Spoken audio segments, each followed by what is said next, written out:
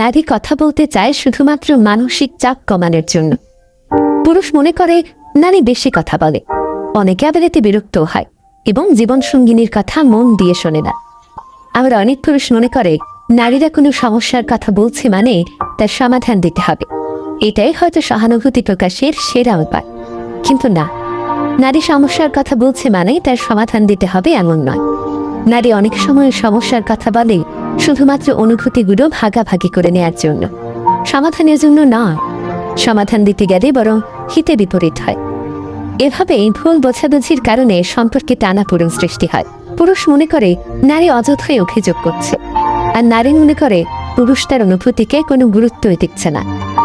সবসময় সমস্যা সমাধানের জন্য নারী বলে না, সমাধানের জন্য সবসময় কথা শুনতেও নেই।